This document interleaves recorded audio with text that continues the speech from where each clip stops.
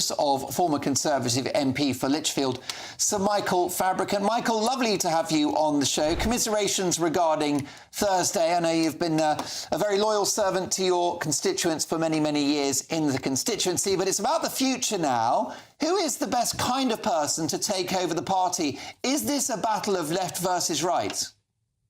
I think, sadly, it will become just that. But, you know, it's so unbecoming to see at the moment the squabbling that's already started in the last couple of days between Kemi Badenoch and Suella Braverman and all the others. I mean, this is the sort of thing that got us into the big problem and the big hole in the first place. That, of course, along with non-delivery as far as the immigration concerned. Yeah, for sure. What do you make of this catfight that's started to kick off between Kemi Badenoch and Suella Braverman?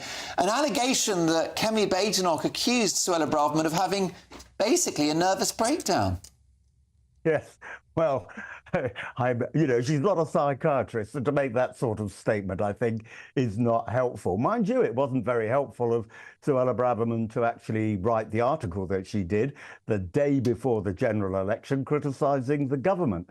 But look, I was looking at the polls that you were presenting just before you came to my interview, and of course, it demonstrates there is a big disconnect, and there has been for many years, between the choice of the parliamentary party and that of the membership of the party. So it'll be interesting to see what two people, assuming we stick to the same rules, are put before the national membership to decide who's going to become the leader of the party, and whether or not those two names, either of them, are actually acceptable to the membership. And by the way, while I'm speaking, I just want to correct Olivia Utley on one little point she made. She said, you know, there's an element of relaxation at the moment because at least, and she's right, the leader of the Conservative Party is not the Prime Minister and doesn't have a constitutional role. But yes, he does have a constitutional role, not a government role, but a constitutional role in that he's leader of the opposition, or she's leader of the opposition, and that is an important role in itself. Clearly, the next leader needs to be somebody that sends out a message that we have heard what the public have to say, their concerns about high taxes, about wokery in our public institutions, and about illegal and legal net migration. Who is the kind of figure that could pretty much communicate to the public that we've heard you? Is it Kemi Badenoch? Well, I'll tell you who my favourite is, actually, although he was rather down low on the list, Robert Jenrick, the former immigration minister, who actually showed integrity by resigning from the government, not wishing to work with James Cleverly, who might also stand, by the way, because he didn't believe that we were making tough enough decisions and tough enough rules about stopping immigration into the UK. So personally, who are the people I'd go for? Robert Jenrick, Priti Patel. Don't think she actually showed up in the thing. Tom Tugendhat's a personal friend of mine, but he may be a little bit too moderate for the general membership of the party. Personally, I'll be surprised if Kemi Badenoch or Suella are actually in the final two, but I could be wrong. Michael, do you think whoever wins is somebody that would be willing to do business with Nigel Farage? The trouble is, would Nigel Farage be willing to do business with them?